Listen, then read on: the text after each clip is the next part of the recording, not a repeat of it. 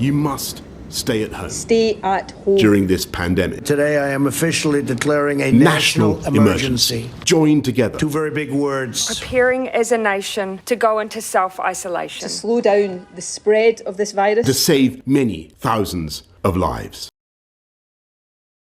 Alors, j'habite à Londres. I live in Thessaloniki, Greece. I am currently in Headingley in Leeds, England. I live in the suburbs of Thessaloniki.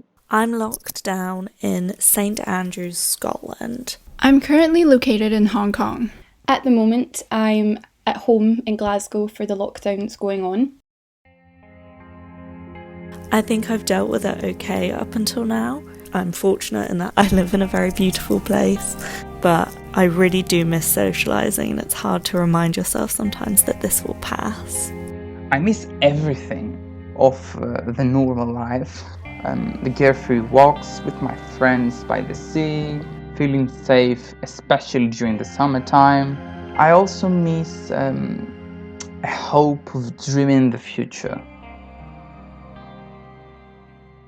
When COVID-19 hit in Greece, I was in a turning point in my life.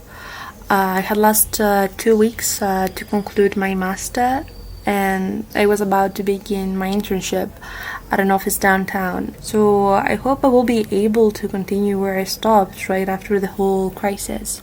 Je suis arrivée à Londres il y a 4 mois, mais donc au début du confinement ça faisait 2 mois seulement, et j'aimais vraiment beaucoup la vie à Londres, et le fait que tout ça soit stoppé, c'était assez décevant, mais évidemment j'ai suivi le confinement et j'ai respecté le confinement plutôt pour les autres que pour moi-même. I am supposed to be starting a PhD program, but the US currently aren't issuing any visas, and it's so frustrating to have the thing that you worked really hard for there for you, but something that feels so external and removed from that can stop you. During the days we were closed inside our houses, I was trying to find ways to relax and feel like nothing has changed. But after a while I thought it was actually a good idea to do things I always wanted to do, like meditating or drawing or reading some classics or even quick cooking on a daily basis. It felt pretty good and relaxing, to be honest. C'est vrai que le confinement ça a permis de ralentir un petit peu, parce que je suis plutôt du genre à être tout le temps en action, tout le temps, et devoir tout le temps faire quelque chose, sinon je me sens coupable de pas le faire. Et c'est vrai que là, être bloquée chez soi, en plus toute seule pour mon cas, ça a permis de vraiment prendre plus de temps de faire des choses qu'on ne faisait pas avant. Par exemple, j'ai 10 dizaines de livres dans ma bibliothèque qui attendaient que je les lise, et donc j'ai enfin pris le temps de les lire un par un, et on y arrive. Donc c'est vrai que ça, c'est plutôt un point positif. Cliché as it is, I started baking sourdough bread while cooped up at home, and it turns out I'm pretty good at it. I've had depression and anxiety my whole life, so I know that a lack of structure in my daily life will absolutely wreck my mental health. I found that committing to the sourdough lifestyle means that I have a reason to wake up early and to get out of bed to do something productive when I otherwise feel like shit. Because if I've done nothing else in a day, if I have no job, at least I've made a loaf of bread that I can share with my family. The only thing that I wasn't doing before the lockdown, and I tried to do during it, is that I tried to exercise. I tried in order to relax and feel more healthy. I've been learning bits of Photoshop and Illustrator and making videos using Premiere Pro of old holidays. Even things like colouring books and origami. I've been quite appreciative of having that time and sort of assess what is important to me and sort of fulfil another aspect of my life. At the beginning of quarantine, I had a few weeks where I felt really overwhelmed by everything and just really worried about everything that was going on around me. I was particularly stressed about being asked to go and join the front line early and without feeling really prepared or even adequate enough to help out. Now I kind of feel like I'm in this really great place where I'm actually really excited and ready to join the workforce.